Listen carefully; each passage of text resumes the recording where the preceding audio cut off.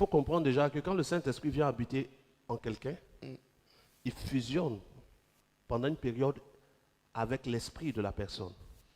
Parce que quand le Saint-Esprit vient habiter en toi, il va fusionner avec ton esprit pour que ton esprit et son esprit puissent devenir un. Et l'apôtre Paul l'avait compris aussi.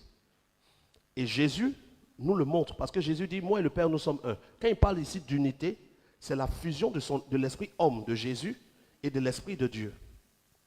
Ok. Un.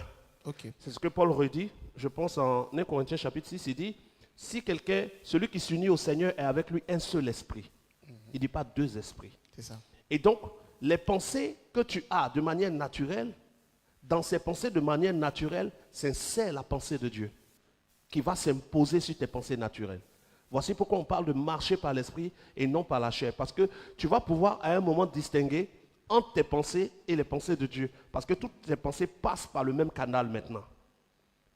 Et donc, il va y avoir besoin de discerner la pensée humaine, ta pensée à toi, la pensée divine, la pensée de Dieu.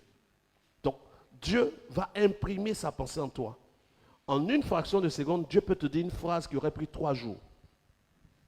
Ce n'est pas dans le sens d'une voix audible. Parce que parfois, il y a la voix audible. Mais ce n'est pas tout le temps que Dieu parle par voix audible.